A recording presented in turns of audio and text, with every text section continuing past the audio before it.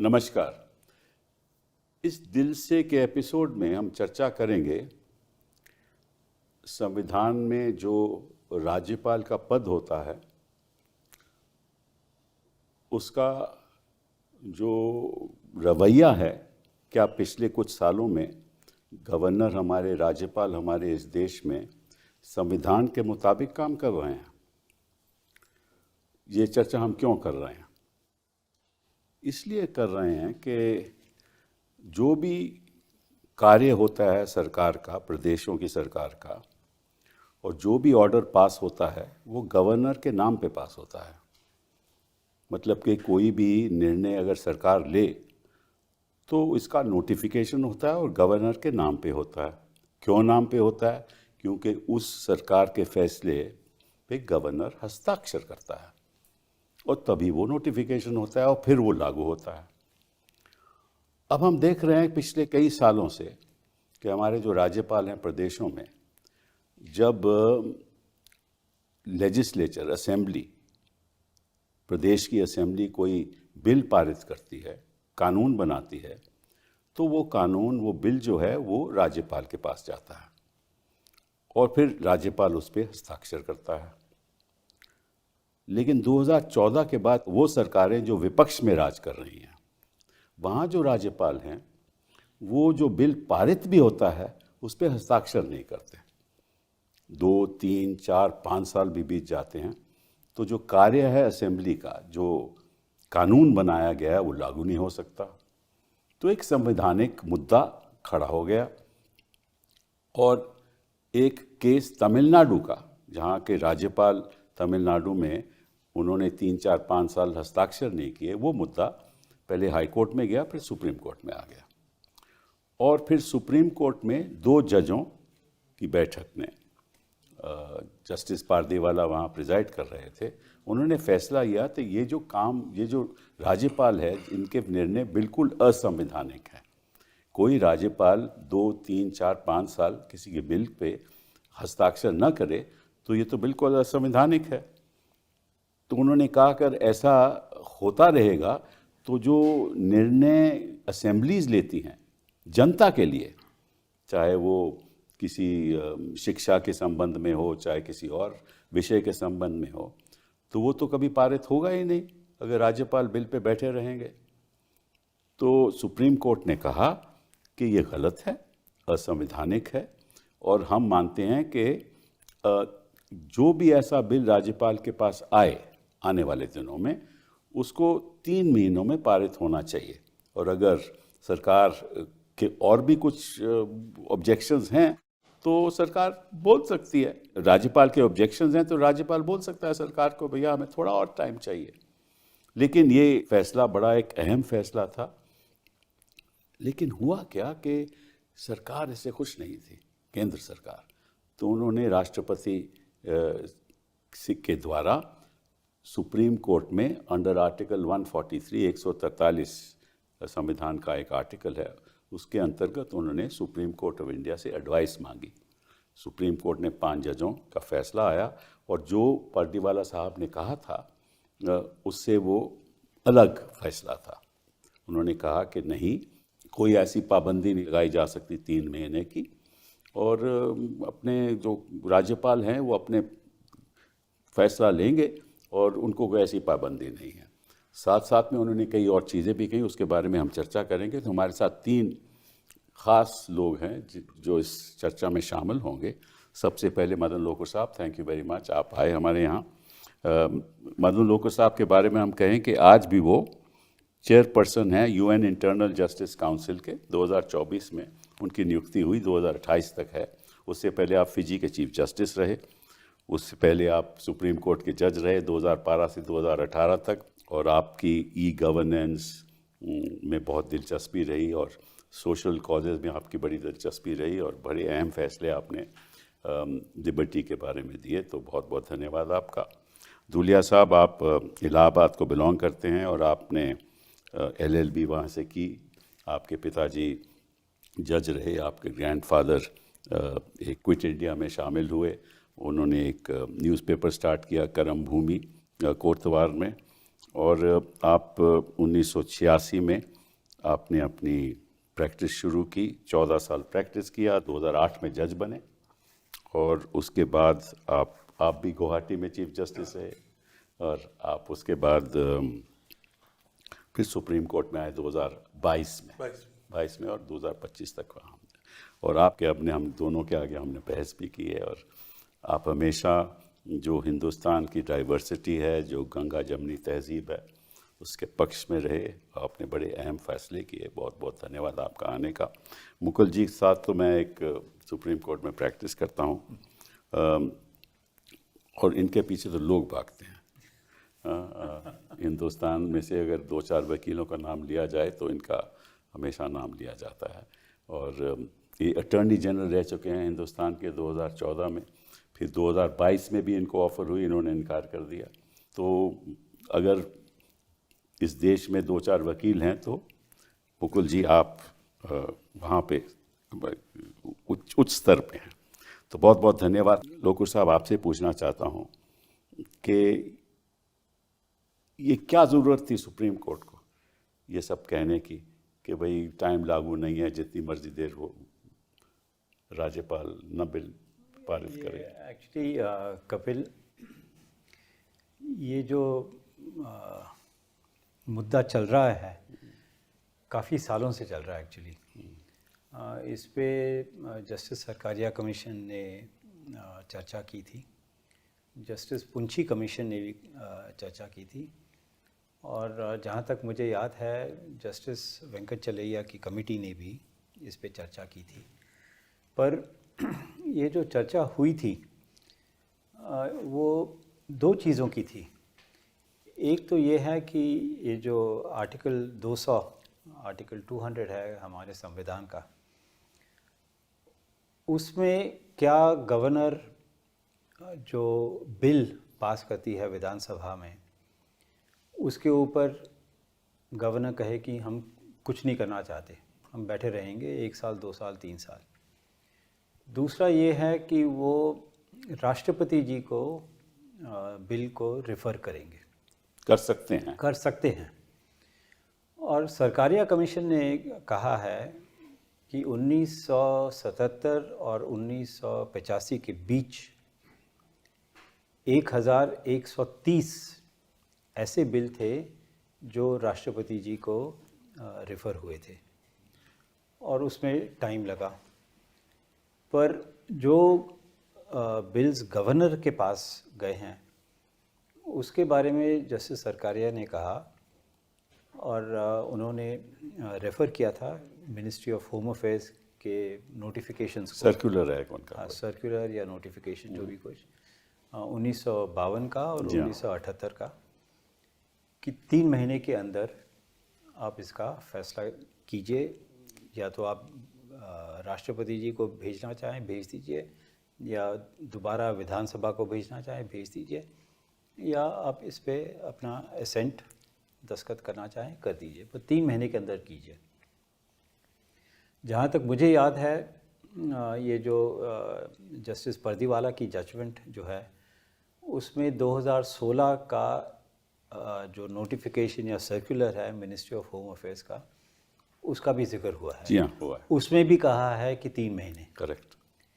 तो अब विधानसभा कह रही है कि आप जल्दी से जल्दी फैसला लीजिए 3 महीने। गवर्नमेंट ऑफ इंडिया, भारत सरकार कह रही है, मिनिस्ट्री ऑफ होम अफेयर्स कह रही है कि आप 3 महीने में फ़ैसला लीजिए। सुप्रीम कोर्ट कह रहा है कि आप 3 महीने में फ़ैसला लीजिए। तो ये राष्ट्रपति जी को रेफरेंस देने का क्या कारण था, ये मुझे समझ में नहीं आया। अब जब सब कह रहे हैं कि 3 महीने में फ़ैसला होना चाहिए इधर या उधर जो भी कुछ है, तो ये सुप्रीम कोर्ट को ये रेफ़र करना मुझे कुछ समझ में नहीं आया। और फिर सुप्रीम कोर्ट ने ये सब जो सरकारिया कमीशन ने कहा, पुंछी कमीशन ने कहा, जस्टिस नज़रअंदाज कर दिया, सब बिल्कुल उसको भूल गए। मिनिस्ट्री ऑफ होम अफेयर्स के जो सर्कुलर्स या नोटिफिकेशन है उसको भी भूल गए और कह दिया कि नहीं 3 महीने नहीं हो सकता, जब गवर्नर की मर्ज़ी हो वो उसका फ़ैसला कर ले। और फिर उन्होंने कहा है कि अगर ये फैसला इंडेफिनिट हो जाए तब केस फाइल कर सकते हैं सुप्रीम कोर्ट में। यानी कि सुप्रीम कोर्ट का ये एडवाइस है कि स्टेट गवर्नमेंट जो है वो कोर्ट में आए। अब सब लोग कह रहे हैं कि जितने कम केसेस कोर्ट में आए उतना अच्छा है, और यहाँ पे सुप्रीम कोर्ट कह रहा है कि नहीं नहीं नहीं, आप कोर्ट में आइए। और ये जो इंडेफिनिट सुप्रीम कोर्ट ने कहा है, इसका क्या मतलब हुआ? इसका मतलब हुआ 2 महीने, 4 महीने, 1 साल, 2 साल। प्रोलॉन्ग्ड कहा है उन्होंने, इंडेफिनिट नहीं कहा, प्रोलॉन्ग्ड कहा है कि भाई जब प्रोलॉन्ग डिले हो जाए, मतलब कि अगर ज्यादा डिले हो जाए तो फिर आप याचिका डाल सकते हो और कोर्ट का एक लिमिटेड ज्यूरिसडिक्शन होगा, उस डिले पे वो फैसला कर सकती है लेकिन मेरिट्स पे नहीं। हाँ, ये कहा उन्होंने। हाँ ठीक है, तो प्रोलॉन्ग का क्या मतलब हुआ? हाँ, ये हमें भी नहीं समझ आया। And what is prolong? And what is prolonged? तो 4 साल प्रोलॉन्ग है कि नहीं है? इतना तो नहीं, पर 4 साल बिल्स पेंडिंग है। नहीं, वो ठीक है, वो ठीक है। बदुलिया साहब की क्या राय है इस पे? मैं बिल्कुल इत्तेफाक रखता हूँ जो जस्टिस जो नक्वी साहब ने कहा। और एक और बहुत इंपॉर्टेंट चीज़ है, वो है context.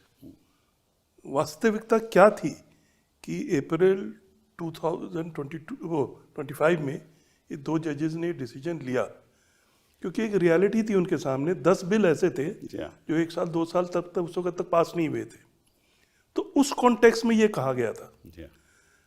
This context has been totally overlooked, not discussed in the reference order. जो अब ये कहा जा सकता है कि ये तो एक रेफरेंस है, इसमें we are not setting aside the judgement, we are just an opinion. But वास्तविकता ये है कि अब सब कोई जो मानेगा कानून क्या है, वो ये रेफरेंस का ऑर्डर है, इसको नहीं माना जाएगा। जी हाँ। तो मेरे हिसाब से तो एक बहुत बड़ी अपॉर्चुनिटी थी विच हैज़ बीन लॉस्ट। और ये जजमेंट जो था 2 जजेस का, इट सॉल्व्स द प्रॉब्लम। एक प्रॉब्लम थी जिसका वो सोल्यूशन निकालता है कैसे होगा। ये वाला जजमेंट कोई सोल्यूशन नहीं निकालता और प्रॉब्लम्स क्रिएट करता है। Justice Pardiwala and Justice Mahadevan had sharpened the contradiction and then given a solution. Correct. It's a 400-page judgment. Everything has been It's a very discussed. learned judgment. And this judgment is also a very tight judgment. You see, I'm not saying this judgment of, if you don't see it in the context that it has come after the April, then you may not find any great faults in that and you may not criticize it. But क्योंकि ये इसके बाद आया है, तब उसमें से कई चीज़ें लगती कि नहीं होनी चाहिए थी। क्योंकि ये एक कहते हैं ना कि एक रियलिटी को दिमाग में रख के कहा गया है। ये एक बहुत टेक्सचुअल, बहुत लेटर ऑफ द कॉन्स्टिट्यूशन पे जा करके बात करता है। तो कबीरदास ने कहा है ना कि तू कहता लेखन की पोथी, मैं कहता आखियन की देखी। I am seeing the reality, you are just seeing the letter. And the reality was that, as Justice Lokur has said, in the past also there have been so many cases where these things were done. And this is, ये timeline जो है वो Sarkaria commission, Punchhi commission है, I think also Venkatachalam commission, जी हाँ, जी हाँ, they say कि there should be a timeline. How much of timeline that should be वो नहीं कहा है, जी हाँ, but Article 200 and 201 में एक timeline होनी चाहिए। जी हाँ, और ये एक जनता में एक बड़ी एक गलतफहमी ये भी है कि 2 जजेस के जजमेंट में ये कहा गया है कि अगर ये 3 महीने के अंदर नहीं हुआ इट विल बी डीम्ड। ऐसा नहीं है, ऐसा नहीं। उन्होंने कहा कि तब state government can invoke the powers of judicial review. Deemed केवल उन 10 बिल का है जो कई सालों से थे। So that's it is not a law, it's 142 करके। पर मैं दर्शकों तो ये बता दूं मैं कि ये केवल तमिलनाडु में नहीं हुआ, ये वेस्ट बंगाल में, पश्चिम बंगाल में भी ऐसी ही है कि 3-4-5 साल हैं, और केरला में भी ऐसी सिचुएशन है। तो इसकी बड़ी रैमिफिकेशंस हैं। और मुकुल जी, आप तो तमिलनाडु को रिप्रेजेंट कर रहे थे, आप ज़रा बताइए दर्शकों को क्या इशू था। कपिल जी, सबसे पहले मुझे एक बुनियादी ऑब्जेक्शन है इस रेफरेंस, ये जो एडवाइजरी ओपिनियन है। सुप्रीम कोर्ट ने रिपीटेडली कहा है कि हम एडवाइस नहीं देंगे अगर कानून ऑलरेडी सेटल हो चुका है किसी जजमेंट से। अदरवाइज ये डिस्गाइज में एक अपेलेट जुरिस्डिक्शन बन जाती है। जी हाँ, एक जजमेंट आ चुकी है 2 जजों की, जैसे दुलिया साहब ने कहा अप्रैल मई में, वो जजमेंट सिर्फ रिव्यू या क्यूरेटिव से सेटिसाइड हो सकती है या कॉन्स्टिट्यूशनल या किसी कानून से हटाई जा सकती है। जजमेंट पे स्याही सूखी भी नहीं थी और आपने रेफरेंस किया। रेफरेंस मेंटेनेबल नहीं है if the law is already settled. Correct. ये पुरानी 50 साल से की जजमेंट है, आपने उसको नजरअंदाज किया। उसके बाद आपने कोर्ट में, जब एक रेफरेंस में भी मैं था, कोर्ट ने कहा कि हम उस जजमेंट को नहीं छू सकते बिकॉज ये उसकी अपील नहीं है। फाइन। अब जो रेफरेंस की जजमेंट आई है वो 2 जजों की जजमेंट से खिलाफ है। बिल्कुल। एडवाइजरी जुरिस्डिक्शन बाइंडिंग नहीं है सुप्रीम कोर्ट पे, या इट इज वो खुद कहते हैं टू ग्रेट वेट। हाँ। अब आप मुझे बताइए, हाई कोर्ट में, लोअर कोर्ट में किसी इंडिविजुअल को क्या कोई समझाएगा कि कानून क्या है? 2 जजों का बाइंडिंग है because that is binding law under article 141, everybody is bound to follow. जी हाँ। 5 जजों का एडवाइजरी है जो बाइंडिंग नहीं है। दोनों अगर रखी जाएंगी हाई कोर्ट के जज या लोअर कोर्ट के जज के सामने, क्या फॉलो करे वो? So this is certainly creating more confusion than it tried to solve, number 1। Number 2, जहां तक पार्टीवाला साहब का फैसला था, उनके सामने, जैसे धूलिया साहब ने कहा, एक प्रॉब्लम थी। एक गवर्नर एक स्टेट का जो कह रहा है कि आप कुछ भी करो, मैं नहीं करूंगा साइन। जी हाँ। वो ये नजरअंदाज कर रहा है कि जो बिल्स हैं जो असेंबली पास कर रही है वो जनता की आवाज है, सुप्रीम है। अगर वो बिल गलत है तो उसको सही करना या स्ट्राइक डाउन करना कोर्ट्स का फंक्शन है, गवर्नर का एडजुडिकेटरी फंक्शन नहीं है। ही शुड साइन एंड से अगर आपको तकलीफ है, जिसको जाए भी कोर्ट में जाए, उसको स्ट्राइक डाउन करो। Yeah. ये जो रेफरेंस टू प्रेसिडेंट वगैरह है, these are rare situations. He has to follow the will of the people. This is a breakdown of federalism. Absolutely. कि आपने स्टेट को इमेस्कुलेट कर दिया। अरे असेंबली होगी, एक अनइलेक्टेड गवर्नर है, वो कह रहा है मैं दरवाजा बंद है जी, आप जाइए यहाँ से, और अदालत कुछ नहीं कर सकती। अब मैं एक चीज और कहना चाहता हूँ, पार्टीवाला साहब found a solution and as justice Lokur said, there are past representations of commissions and central government के भाई Yeah. 3-4 महीने में कर लीजिए। Yeah. वो सब भूल गए। अब आप ये देखिए, जो सिचुएशन ये 5 जजों के फैसले से अब क्रिएट हुई है, इन्होंने कहा, जैसे आपने कहा, प्रोलॉन्ग्ड। हाँ। Now what do you mean by prolonged? I think 2 months is prolonged. Yes, sir. You say 6 months is prolonged. You say 1 year is prolonged. That's right. I say the will of the people cannot brook a delay of more than 10 days. So now every judge in the Supreme Court, हर खंडपीठ will decide on its own कि prolonged का मतलब क्या high है। Court में जज फिर high court में, फिर नीचे कोई बोलेगा 3 महीने, कोई बोलेगा 2 महीने, कोई बोलेगा 6 महीने। It will be complete chaos. And as Justice Lokur said, you are inviting more and more litigation by this trying to kind of ride, you see, some kind of a tight line. Now I want to raise one more question. A speaker's decision on disqualification under the 10th schedule is challengeable in the Supreme Court and High Court because he acts like a quasi-judicial authority, not exercising the function of a speaker. Supreme Court ने बार बार कहा है, governor है, बहुत ऊंचा ओहदा है, आप कुछ नहीं कर सकते, राइट? अगर गवर्नर, ये फंक्शन है इसका कि he has to sign the bill और take a decision one way और the other, that is also a decision with application of mind. How can the Supreme Court से हम कुछ नहीं कर सकते? Just as you can strike down the action of the speaker and issue a mandamus, हमने कई case करे हैं where speakers are delaying disqualification petition. Sibal Sahab ने दूसरी तरफ से डिले हो रही है, सुप्रीम कोर्ट कह रही जल्दी कर, 1 महीने में कर, 2 महीने में कर, 3 महीने कर। अगर उसको आप डायरेक्शन दे सकते हो, उसका ओहदा भी कॉन्स्टिट्यूशन में उतना ही ऊंचा है, दैट सर्टेनली टू से कि हम इसको कुछ नहीं कर सकते, ये भी गलत है। ठीक, बिल्कुल आपने हमारे बड़े अच्छे तरीके से समझाया, बट दर्शकों को ये नहीं मालूम कि आर्टिकल 200 है क्या। आर्टिकल 200 जो संविधान का है वो कहता है कि अगर कोई लेजिस्लेचर मीन्स असेंबली किसी स्टेट की बिल पास करे, वो बिल गवर्नर के पास जाएगा उसके हस्ताक्षर के लिए, और गवर्नर 2 चीज़ें कर सकता है। अगर कोई आपत्ति हो तो वो वापस लेजिस्लेचर को, असेंबली को एक मैसेज देगा कि इसमें ये खामियां हो सकती हैं, आप इस पे निर्णय लीजिए। एक रास्ता तो ये है।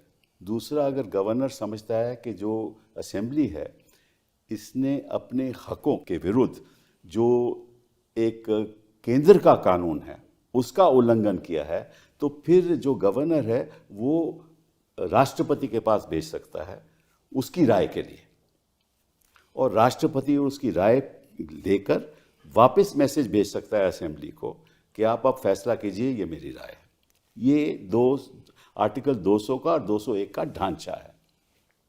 अब आर्टिकल 201 एक और चीज़ कहता है कि अगर वापस बिल जाएगा असेंबली में, गवर्नर वापस भेजेगा कि ये खामियां लगती हैं और फिर असेंबली पास कर दे, तो फिर गवर्नर को हस्ताक्षर करने पड़ेंगे। ये है कॉन्टेक्स्ट जिसके अंतर्गत पार्डीवाला जी ने फैसला किया था, क्योंकि उन बिलों में दोबारा असेंबली ने बिल गवर्नर को भेजा था। तो जो वहाँ बहस हो रही थी कि अगर दोबारा भेजा जाए तो क्या गवर्नर अपने हस्ताक्षर रोक सकता है, और ये तो ताज्जुब की बात है कि संविधान कहता है कि उसको पारित करना पड़ेगा, लेकिन कोर्ट कहती है नहीं, वो डिले कर सकता है, प्रोलॉन्ग डिले कर सकता है। तो दो मुद्दे उठते हैं, दोनों आपने उठाए, बट पहले मुद्दा मैं आपसे राय चाहता हूँ। ये एक विधायिका की विल है, उसका फैसला है, एक लेजिस्लेशन जनता के हित में होता है, और जो गवर्नर है वो तो एक एग्जीक्यूटिव अथॉरिटी है, उसी को तो लेजिस्लेटिव पावर है नहीं। तो अगर जनता की विल को रोका जाए, क्या वो संवैधानिक है? कभी हो सकती है? और कैसे सुप्रीम कोर्ट ने कह दिया कि इसको रोक सकते हो? दूसरी बात और कही सुप्रीम कोर्ट में, जिसमें मैं आपसे राय लेना चाहता हूँ। उन्होंने कहा कि अगर गवर्नर असेंबली को ये नहीं बताएगा कि क्यों मैंने रोका, उस बात पे जुडिशियल रिव्यू हो ही नहीं सकता, उस पर चर्चा कोर्ट में हो ही नहीं सकती। तो गवर्नर के रीजंस जो हैं जिसके अंतर्गत उन्हें वापस बिल भेजना था, नहीं भेजा, वो रीजन नहीं बताएगा। और जो कोर्ट केवल इतना ही कर सकती है, लिमिटेड जुडिशियल रिव्यू के आपने देरी क्यों की। मुझे तो समझ नहीं आया ये फैसला क्या है, आप बताइए। अब ये एक्चुअली आर्टिकल 200 में गवर्नर को डिक्लेयर करना है, ठीक है, उसमें declare the word declare is used. तो वो डिक्लेयर करे, गवर्नर डिक्लेयर करे कि मैं इस पे दस्तखत करता हूँ, और अगर मैं इस पे दस्तखत नहीं करूँगा और मैं दोबारा विधानसभा को ये बिल वापस दूंगा, तो उसको बताना पड़ेगा कि क्यों भेज रहे हैं। Exactly. ये नहीं कि मेरी मर्जी है तो इसलिए मैं भेज रहा हूँ तो फिर विधानसभा उसके बारे में क्या करेंगे? तो सुप्रीम कोर्ट कहती है कोई जरूरत नहीं कहने की। अब ये तो फिर मतलब यही डिक्लेयर, तो मैंने आपसे इसके बारे में पूछा। तो इसलिए वो वर्ड डिक्लेयर भी सुप्रीम कोर्ट भूल गई है।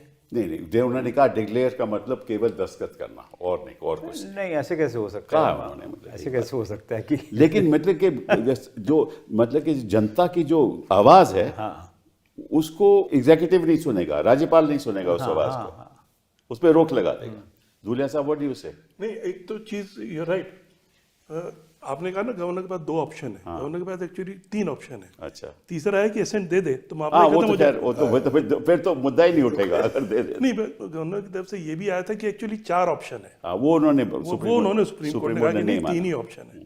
बट इसमें एक और चीज है, 3 ऑप्शन में से अगर ये ऑप्शन एक्सरसाइज करता है गवर्नर की कुछ कमेंट के साथ या अमेंडमेंट के साथ, लेजिस्लेटिव वापस भेजते हैं और वो वापस आ जाते हैं इलेक्शन के बाद, तो कॉन्स्टिट्यूशन ये कहता है कि करना ही करना है। बट इस रेफरेंस में ये है कि then he can exercise option either to give assent और send it to the president.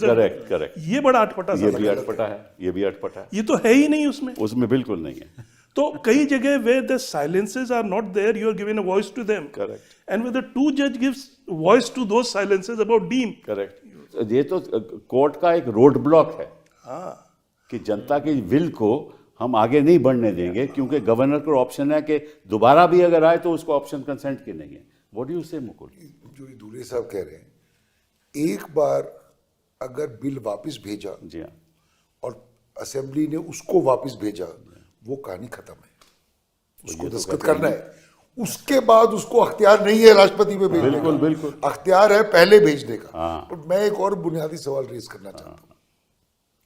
Normally governor is bound by the aid and advice of the cabinet. Correct correct In exceptional cases where he has to give sanction, let's say for prosecution of the chief minister, he will take his own call.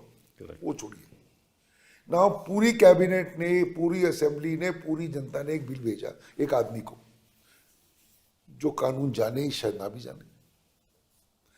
किस basis पे, कौन सी सलाह लेके एक आदमी decide कर रहा है कि ये बिल संवैधानिक है या संविधान के? वो आपके पास आ जाएगा. नहीं नहीं, आप सुनिए, मैं ये कह रहा हूं, ये कौन सा ऐसा फंक्शन है, उसका कौन सा इंफ्रास्ट्रक्चर है कि ये पावर उसको 200 में दी जा रही है? मैं ये क्वेश्चन रेज कर रहा हूं. बिल्कुल सही. वो कैसे ये फैसला करेगा?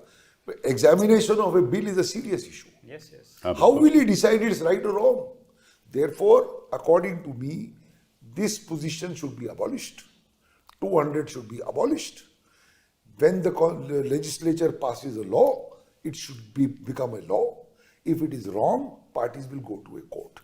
Because the same problem will arise if it goes to the president. Now there, if it goes to the president is bound by the aid and advice of the cabinet, of the center. State bill भेज रही है under list 2, जो संविधान में लिस्टें है, वो list में centre की पावर और स्टेट की पावर एक्सक्लूसिव है, अलग अलग है. उस पावर में आप 2 से उसको 1 में भेज रहे हैं, जो सेंटर की पावर है, और किसी और तरीके से उस पर व्यू ली जा रही है. और हो सकता है, जैसे आपने कहा, दोनों सरकारें अलग अलग है. तो you are mixing, you are breaking federalism by reducing, by breaking this exclusive list. So there are many problems. Damaging the federal बहुत structure. बिल्कुल, बिल्कुल. तो best is to abolish it and leave it to the wisdom of the assembly. Right or wrong, courts are available. नहीं, but इसमें दिक्कत क्या थी? Supreme court could have said he must assent to the bill. You don't need a abolition. क्या problem? उसकी problem क्या You थी? are right, but I was saying, what is the need? Correct. Yeah, but, Why are we going into all this? let me also 50 say- साल हो गए इस बात को, 70 साल हो गए. बिल्कुल, बिल्कुल. You have to change with the times. I agree. Governors are not required. Do away with it. नहीं, वो तो मैंने Yeah, you see, I just want to Yes. say one thing कि ये सरकारिया कमीशन ने 15 एग्जाम्पल्स दिए हैं. जो आप कह रहे थे ना कि राष्ट्रपति के पास बिल चले जाएंगे, और राष्ट्रपति ने कहा है कि मैं असेंट नहीं दे रहा. ठीक है, that is the end of the bill. Right. So there is a very serious issue of Of course, federalism. of course. Very serious issue of federalism. Know the president, राष्ट्रपति ये फैसला नहीं कर सकता कि बिल, देखिए, राष्ट्रपति कह सकता है कि मेरी सहमति नहीं है, तो स्टेट कोर्ट में जा सकती है कि आप मुझे बताइए क्यों मेरी सहमति है. पर there are examples given in Sarkaria commission कि राष्ट्रपति ने कहा है कि मैं इस पे दस्तखत नहीं करना चाहता. हाँ, बिल्कुल, तो बताए क्यों नहीं? नहीं, वो नहीं बताया. हाँ, पर यही तो बात है ना. Okay, हम president कोर्ट्स immune है, हैं काहे के लिए? प्रेसिडेंट इम्यून है, हाँ, गवर्नर ठीक इम्यून है. नहीं, वो तो उन्होंने आज मान लिया. वो तो मान लिया वो कि तो मान immunity लिया से कि वो नहीं नहीं है. वो तो हमने बहस की थी, वो मान लिया वो नहीं है. लेकिन गवर्नर को रीजन बताने चाहिए, राष्ट्रपति को रीजन बिल्कुल, बताने चाहिए, बिल्कुल. और फिर फैसला कोर्ट करेगी कि वो रीजन सही है या गलत है. अब दूसरी बात है सर, जब संविधान बनाया जा रहा था तब किसी ने कल्पना नहीं की थी कि ऐसा ऐसा होगा. होगा, बिल्कुल. तब एक ही पार्टी थी इधर भी, वो भी, किसी ने सोचा नहीं था कि ये नौबत भी आएगी. जी हाँ. और अगर नौबत आएगी तो कोर्ट्स हैं उसके लिए. वो अप्रैल 2025 में हो गया उस पर फैसला, जी हाँ, उसको बता दिया कि ये सोल्यूशन है. बिल्कुल. इसीलिए सर टाइमलाइन नहीं थे. 1947 में अंबेडकर ने कभी सोचा था कि ये सिचुएशन आएगी? नहीं तो शायद टाइमलाइन लगा देते. अम्बेडकर ने कभी ऐसा नहीं सोचा था कि ऐसी सरकारें आएंगी. और ये भी तो सही नहीं सोचा और था. हर चीज कॉन्स्टिट्यूशन में थोड़ी होती हो सकती है, है. ये correct. कहा गया कि ये कॉन्स्टिट्यूशन में नहीं है इसलिए हम नहीं करते. Yeah. अब कॉन्स्टिट्यूशन में तो कई चीज नहीं कहीं है, नहीं. तो हम तब भी करते हैं. बिल्कुल. बट जस्टिस हमेशा प्रतिवाला किया has sir, right quoted to life. Ambedkar. Yeah. Constitution कहती है right to life. Absolutely. Supreme Court ने कहा right to life is dignified life. One जज said right to sleep is a fundamental right. I mean right wrong. So You can see in court also. You just read it, read Article 21 This is- and then see the breadth of it ये after the expense, interpretation. अब तो वो expense हो सकती है, तो यहाँ भी टाइमलाइन हो सकती है. क्या बात है? ऐसी क्या आफत की बात है timeline? Yeah, you see, Dr. Ambedkar had said that the constitution is good, but it depends upon the leaders. People, Yes. हाँ, ये जस्टिस प्रतिवाला ने अपनी जजमेंट कहा है, में उसने कहा कहा है. है, उसमें कहा है. बट ये बताइए Mukul, you are also, you been an attorney general, ये जो काम हो रहे हैं ये केवल उन्हीं सरकारों में, उन्हीं प्रदेशों में हो रहे हैं जहां विपक्ष की सरकार हो. ये फैक्ट है. नजर तो यही आ रहा है ना। और पार्टीवाला साहब ने ये बात कही है, अपनी जजमेंट में कही है यस कि इसके एक राजनीतिक दृष्टिकोण से हो रहा है, और इसको इसीलिए मैं इसको खत्म करना चाहता हूँ। ये पार्टीवाला साहब ने कहा है, उसको भी नज़रअंदाज किया जाए। जजेस को नहीं मालूम कि ये जो बिल रोके जा रहे हैं उन्हीं प्रदेशों में रोके जा रहे हैं जहाँ विपक्ष की सरकार हो। जहाँ इनकी अपनी सरकार है वहाँ तो कोई विरोध नहीं करता, वहाँ तो कोई याचिका नहीं डालता। तो ये तो इसका मतलब कि ये संविधान को इस तरह से इस्तेमाल कर रहे हैं कि अपना राजनीतिक दृष्टिकोण के आधार पर आज़ाद कर रहे हैं, और ये तो मैं समझता हूँ कि सबसे ज़्यादा निंदा की बात है। that's hitting at federalism. हाँ, exactly hitting at federalism Absolutely. कि आपने जो, क्योंकि देखिए आप, उदाहरण देता हूँ, गवर्नर वाइस चांसलर को अपॉइंट करते हैं कई राज्यों में। बिल आए कि भाई ये जो नियुक्ति होनी चाहिए ये राज्य सरकार को करनी, प्रदेश की सरकार को करना चाहिए, गवर्नर को नहीं। हम एक बिल लाते हैं कि ये पावर जो है गवर्नर से ली जाए और हमारी सरकार में आ, उस पर रोक लगा दी। यही बिल थे, यही मैं बता तो रहा हूँ, यही बिल थे तमिलनाडु के। सब यूनिवर्सिटी से कनेक्टेड सब यूनिवर्सिटी ये से amendment यूनिवर्सिटी में इसमें ट्रांसफर होता आपत्ति है। क्या हो सकती है? Yeah, Kerala also same. हाँ, सेम। इसमें आपत्ति क्या हो सकती है? को कहीं फैमिन आ जाए, आप वहाँ कुछ कानून बनाते हो लोगों की राहत के लिए, तो वो मतलब कि राज्यपाल कहेगा मैं हस्ताक्षर नहीं करूँगा। हजारों चीज़ें ऐसे हो सकती हैं। तो जो एग्जीक्यूटिव है वो कानून बनाने, जिसको संविधान ने कहा कि तुम कानून बना सकते हो, उस पर कैसे रोक लगा सकती है? और तीसरी बात मुकुल आपसे मैं पूछना चाहता हूँ, अगर प्रेसिडेंट कहते हैं, राष्ट्रपति जी कहते हैं या गवर्नर कहते हैं कि हम इस बिल के खिलाफ हैं, इसको पारित नहीं होने देंगे, इसका मतलब हो गया that they are becoming judges in their own cause. मतलब पे खुद ही आपने विरोध किया, आप तो एग्जीक्यूटिव हो, और खुद ही आपने फैसला कर दिया कि हम इसको पारित नहीं होने देंगे। ये हक तो देश का हक तो अदालतों का है, बिल्कुल ये राज्यपाल का तो नहीं है ना। नहीं, बिल को एग्जामिन करना है, स्ट्राइक डाउन करना है, judicial function, judicial function judiciary करेगी। Exactly. Effectively, this is killing the will of the people. No, but this judgment says, five reference में, कि powers of the governor and the president are 200 and 201 respectively are non-justiciable. That's right. That's what I'm saying. नहीं, तो therefore अगर वो sign, वो you're right. वही तो they have become a judge of their own cause, यही तो मैंने मुद्दा उठाया। Effectively, it's the death of the wish of the people. Yeah, and it's also the governor becoming a governor general, Yeah. Yes, absolutely. which we exactly. had a long time back. And in that it has been very well analyzed. You see, the Government of India Act में क्या था, discretion हटाया गया। वो सब भूल See, गए। I used to admire- 1919 Act, 1935 Act, उससे पहले कुछ भी है। पूरी history, he went through the entire history, फिर फैसला हुआ। तो ये तो सर मेरी राय में ये रेफरेंस रिटर्न कर देना चाहिए था। बिल्कुल ये भी प्रेसिडेंट है सुप्रीम कोर्ट के कि we are not bound to answer One precedent he cites. It is there, it is there. Is it 15 or 16? There's one. It is there कि भाई जरूरत क्या है, एक फैसला आ चुका है, बिल्कुल। किसी और केस में ये मुद्दा राइज होगा तो नॉर्मल सिस्टम है उसको ओवर रूल करने का, तब होगा तो जब केंद्र होगा। सरकार के जो सोलिसिटर साहब थे उन्होंने कहा है कि ये 2G के फैसले में कोर्ट ने क्या किया कि 2G के मुद्दे में उन्होंने कहा कि ये केवल ऑक्शन हो सकता है, स्पेक्ट्रम आपको याद होगा, ऑक्शन हो सकता है, लेकिन उसके बाद उसका रिव्यू हुआ क्योंकि सरकार गई थ्रू अ रेफरेंस कि भैया आपने तो कह दिया ऑक्शन हो सकता है, कई चीज़ें हम ऑक्शन नहीं करना चाहते, तो ये तो हार्ड एंड फास्ट रूल नहीं है ना, तो आप इस हाँ, तो उन्होंने क्या ठीक बात है, तो उन्होंने कहा क्योंकि एक जजमेंट भी आई और फिर रेफरेंस भी हुआ, इसलिए यहाँ भी जजमेंट आई है, यहाँ भी रेफरेंस हो सकता है, ये हो सकता है। कोई एग्जांपल हाँ, मैं आपको बता रहा हूँ कि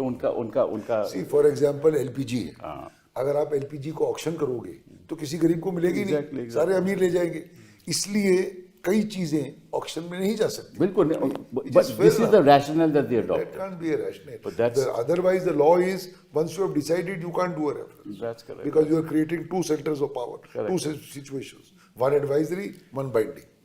आखिरी सवाल वो ये है कि अगर आप सारे रेफरेंस 1950 के बाद के देखो तो कोई ऐसा रेफरेंस आज तक नहीं हुआ। जो भी रेफरेंस हुए ये हुए कि ये कानून है, इसमें ये प्रॉब्लम्स हैं, ये इश्यूज हैं, इस पे हम आपकी राय चाहते हैं सुप्रीम कोर्ट की अंडर आर्टिकल 143। हर एक मतलब के जो राय चाहते थे वो कभी जजमेंट के बाद नहीं हुए, accept in the 2G case. तो ये उदाहरण हमने कोर्ट में दिए कि कभी ऐसा हुआ ही नहीं, तो आपको ज़रूरत क्या है? एक बार जजमेंट आ गई, उसका रिव्यू कर लीजिए। जैसे आपने कहा कि किसी और तरीके से उसको बोलिए कि गलत जजमेंट है, क्यूरेटिव डाल दीजिए। बट ये क्या हुआ कि आप एक जजमेंट आ गई, उसको इन अ वे जैसे आपने कहा अपील पे आप आ गए, अपील को रद्द कर रहे हैं। In another way, the reference is without context of concrete facts. Correct. There are no facts in the reference.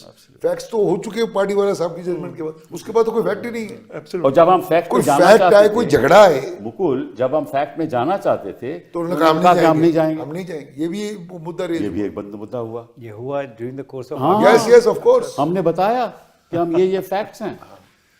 So they said we won't want facts. So in essence it is an advisory jurisdiction Without- which is the review jurisdiction of party wala judge. Exactly. In effect it Yes, is. yes, yes. No Call doubt it what about you like. Which is wrong, which is not. Effectively तो यही होता है। हाँ, और पहले साहब आप अपने एक्शन को किसी भी तरह की मजबूत फिलॉसफी से ढक लें, हाँ। और रियलिटी तो यही है कि यही आप कहते रहे कि we have और not सर कोर्ट set में aside- बोला, जब हम लोगों ने शुरू में कहा कि भाई we have an objection to the reference because of this that and the other, this what you are wanting to do against the 2 जज बेंच। नहीं, we are not touching the 2 जज bench, we can't look at the 2 जज but they did. But they did.